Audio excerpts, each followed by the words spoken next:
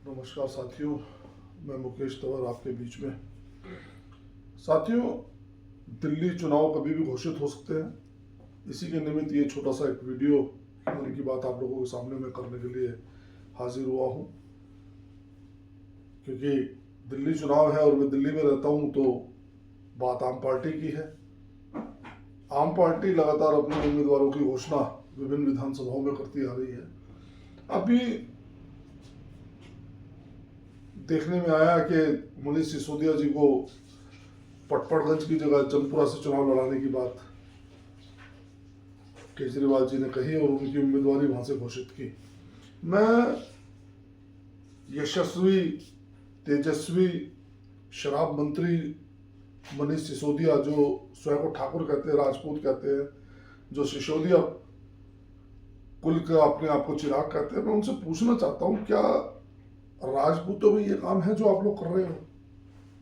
क्योंकि मैं ठाकुर हूँ, राजपूत हूँ, इसलिए मेरे मन में इस बात की पीड़ा है कि मनीष सिसोदिया जैसा व्यक्ति जो स्वयं को महाराणा प्रताप का एक वंशज कहता है, वास्तव में राजा रंगपाल तंवर जी के हम वंशज मैं मुकेश तंवर, जिन्होंने दिल्ली की स्थापना की, मैं पूछना चाहता हूँ, क्या महाराणा प्रताप जी, जिनके आप अपने आप को वंशज घोषित करते हो, क्या वो अवसरवादी थे? क्या उन्होंने घास की रोटियां खाना इसलिए मंजूर किया कि आप जैसे लोग उनके नाम के ऊपर एक प्रश्न चिन्ह लगाओ, कलंक लगाने की बात करो? यदि आप वास्तव में राजपूत हो तो मैं आपको ये एक एडवाइस, एक निवेदन, आप कुछ भी समझ सकते हैं, यदि वास्तव में आप अपने आप को इतना बड़ा नेता घोषित करते हो तो आप पटपड़गंज से चुनाव लड़ो। पीठ दिखाकर भागना राजपूतों का काम तो नहीं है।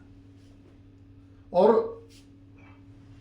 आपने तो खुद को राजपूत कहकर राजपूतों के नाम को डुबो दिया, क्योंकि राजपूत मर जाएगा, लेकिन आने वाली जो नस्लें हैं, आने वाली जो वंशावलियां हैं, उनको कभी नशे में नहीं धकेलेगा।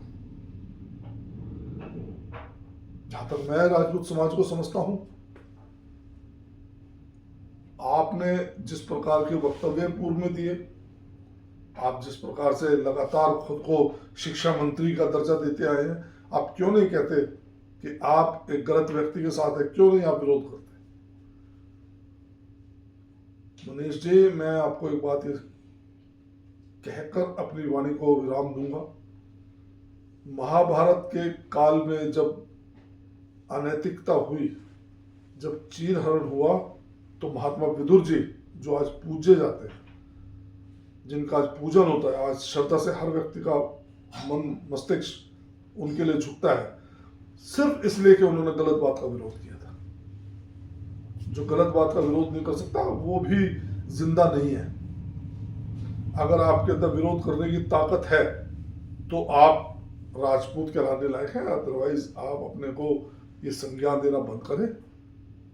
और जो ये फॉगिंग, जिस प्रकार का माहौल आप लोग क्रिएट कर रहे हो दिल्ली के अंदर, दिल्ली आप लोगों की करनी और कथनी को समझ चुकी है। आने वाला समय भारतीय जनता पार्टी का है, सुशासन का है। जिस प्रकार से केजरीवाल जी ने दिल्ली का बैंड बजाया, दिल्ली का सत्यानाश किया, स्लम बना दिया, जिस प्रकार से, वो किसी से ढका छुपा नहीं है। जय श्री राम।